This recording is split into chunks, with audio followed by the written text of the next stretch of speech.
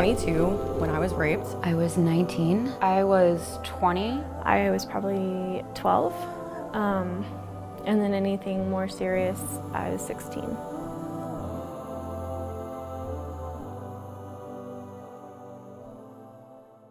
I want you to imagine the following situation. You're 7 years old and you come from a family that isn't well off. You have many brothers and sisters and your own parents cannot afford to keep you in the house. So they say, go and live with your uncle who is going to take care of you. This uncle of yours, he runs a madrasa for young children. He's known to be a good and righteous man. You go and live with this uncle and he treats you like one of his own children.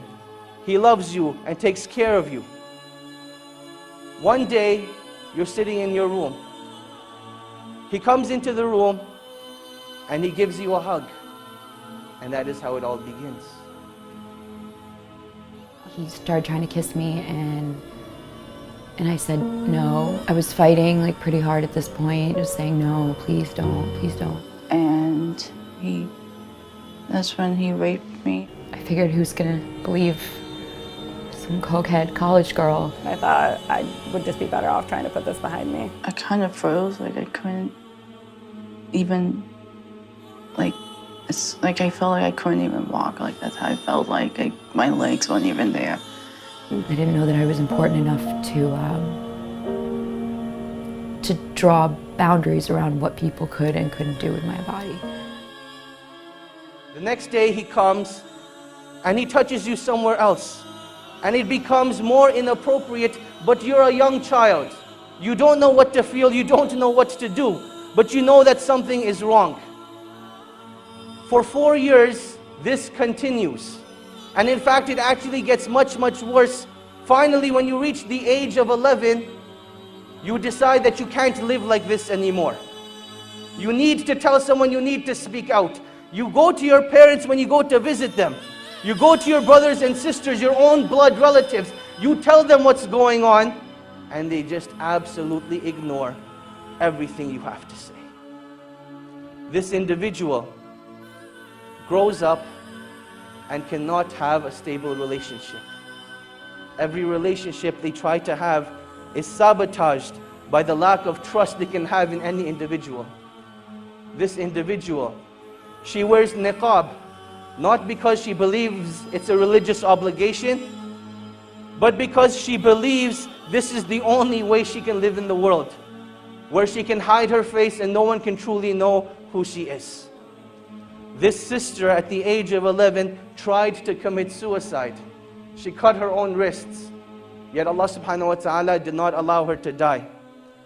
This sister at the age of 19 took an overdose of pills. Again, she was taken to the hospital and Allah subhanahu wa ta'ala did not allow her to die. And she tried it again, one last time, the third time, saying that perhaps this will be the time where her pain will go away. That was all she wanted. She wanted the pain to be taken away. And that is why she sought out death. She tried to commit suicide one more time. And again, Allah subhanahu wa ta'ala saved her once more. She finally decided to get some help and she contacted me. And I thought to myself at that time, how do you take away this individual's pain?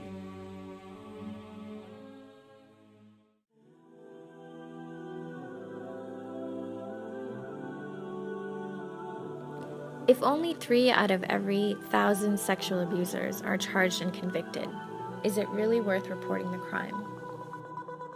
Who wants to come forward with the literal most violating thing that can happen to you, relive it, and then have people telling you that you're making it up? I want to start off by saying that the decision to report lies entirely with the person who has been abused and that their decision should be respected. To have to relive a traumatic experience through reporting and potentially again through a trial can be extremely taxing on someone. And anyone who has reported or intends to report should be supported in any way they can and need to be, and commended, because reporting a sexual abuse crime can be beneficial for a number of reasons. I know the rates of sexual abusers that are actually charged and convicted are disheartening and are shameful. But I still think it's important to report it. I think it's important, one, because the only way that charge and convicted rate is going to go up is if we continue to report. A lot of people ask whether it's really worth reporting the crime. And this answer really depends on a survivor's individual perspective. We know that perpetrators don't only impact one victim or survivor, it can be many. That being said, going through the legal system itself can be incredibly exhausting and re-triggering. Survivors have to tell and retell their story, often face questions that attempt to debase their experiences. So for me to answer that question, it's really challenging because I don't want to speak on behalf of survivors, but personally I'm very thankful that the legal system does exist for those who decide to pursue that avenue. And also, it really can be limited to people who have the financial means, because as we know, the legal system can be quite costly. It's up to a survivor to decide what they do with their story. It's up to them if they want to report it or not. And I think it would be wrong to tell them that they don't get to decide what happens next.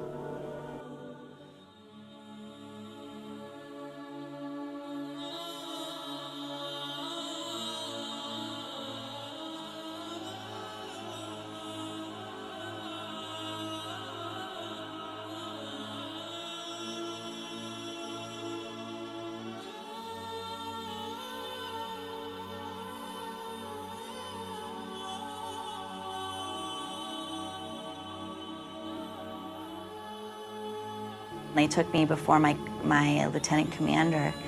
He says, "Do you think this is funny?" And I said, "What do you mean?" He's like, "Is this all a joke to you?" I was like, "What do you mean?" And he goes, "You're the third girl to report rape this week. Are you guys like all in cahoots? Do you think this is a game?"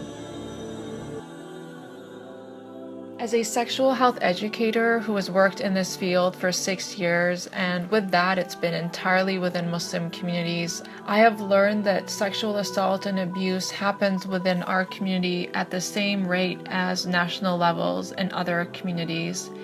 I've learned that at the same time it goes underreported. We don't do enough prevention work around this topic, and for Muslims specifically, I find that there's a general idea that it doesn't happen because we're Muslim, we're good people. We understand that that's wrong and that's not our problem. As a counselor, I hear guilt and shame in the voice of victims, but to be honest, it is society that has failed them. As a therapist, through meeting with hundreds of people, I have learned that sexual assault is very widespread and it cuts across social and economic divides. The other thing that I've learned is that this unfortunately can go on to impact people throughout their life. Trauma is a long process in terms of someone's impact of having been abused. A lot of times people will dismiss sexual abuse, especially within childhood, and state that, it happened so long ago, why don't you just get over it? But we know that with trauma, the body remembers things that the brain does not. And so trauma is stored within our muscles, within our nerves, and I've seen in working with a lot of survivors that everyone's recovery process and healing journey is different, and trauma can be a lifelong battle that someone is having to fight. As a Naseeha volunteer, the calls myself and other counselors have answered around sexual abuse are few and far in between. Maybe this is because we're not a crisis line, but I think it's more likely that people are not comfortable talking about it. As a Muslim myself, I don't think sexual abuse gets talked about enough within our community, and when it does, it's my sincere hope that it's addressed in a way that doesn't discourage people, especially victims, from opening up about it more. From the calls that we've received related to sexual abuse, it's clear that much more can be done to support victims, and more needs to be done from a prevention angle.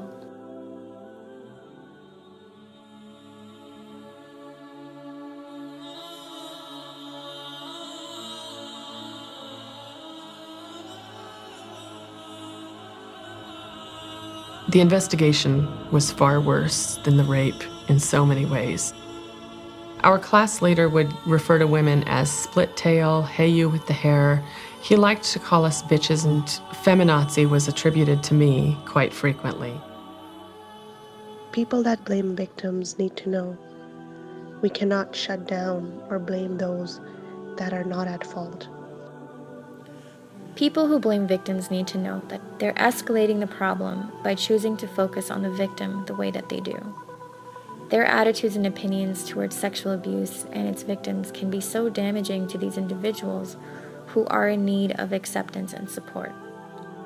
Sexual assault and abuse is not about sex, it's about power and control. There's a lot of times people who will blame especially female victims and survivors, saying that she brought it on, she asked for this, she was wearing this, she was saying this, she was doing that. They don't realize that sexual assault and abuse has absolutely nothing to do with sex. It has everything to do with power and control. To those who blame the victim, I want them to know that no one chooses to lose consent. No one chooses to lose control of their body. No one chooses to have this event go on to impact their ability to work, go to school, and how they socialize. Last point I would like to make, which is specific to Muslims, is that a lot of times you'll hear Muslim men and women say, well, you need to make 70 excuses for someone before you accuse them of something. And that's absolutely not valid in situations where one person is oppressing another. And so to say that we are going to throw 70 excuses out for a perpetrator of violence is absolutely debaseless within Islam, when we know that our faith tradition strongly advocates for standing up for justice and standing up against oppression.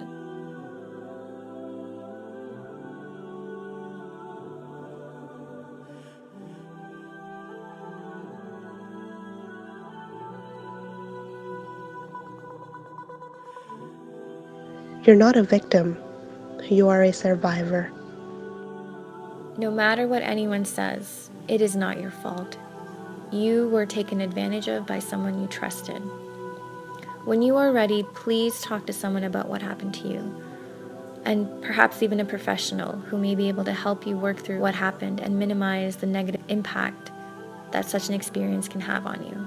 I would tell them that I believe you and it's not your fault. You did absolutely nothing wrong. You didn't deserve this. You didn't bring it on. God is not punishing you. I want you to know that it is not your fault. I'm going to repeat that. It is not your fault. I would tell them to take care of yourself. Do everything that you need to make sure you're safe and well. And if you haven't already, please distance yourself from the sexual abuser.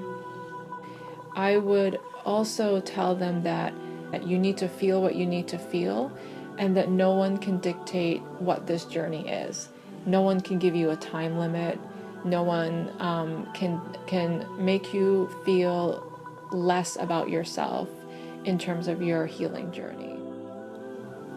And finally, remember to move on from this and continue to live a life that brings you purpose and joy. For survivors, it's really just, hopefully at this point they've heard it several times, but that idea of like, it's not your fault. Like, I think you can't hear that enough, because it takes a while, like just hearing it versus internalizing it and really believing that for yourself. And I hadn't told anybody for over 30 years.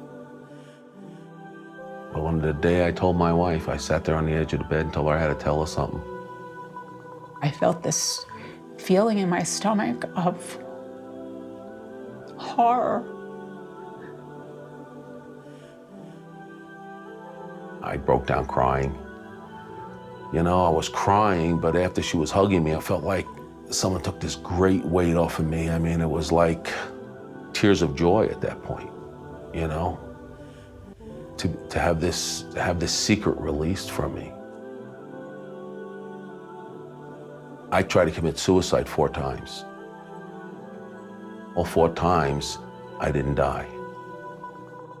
Since then, I've gone through, I'm a counselor on a rape crisis hotline. and sort of the mantra is listen, believe, support.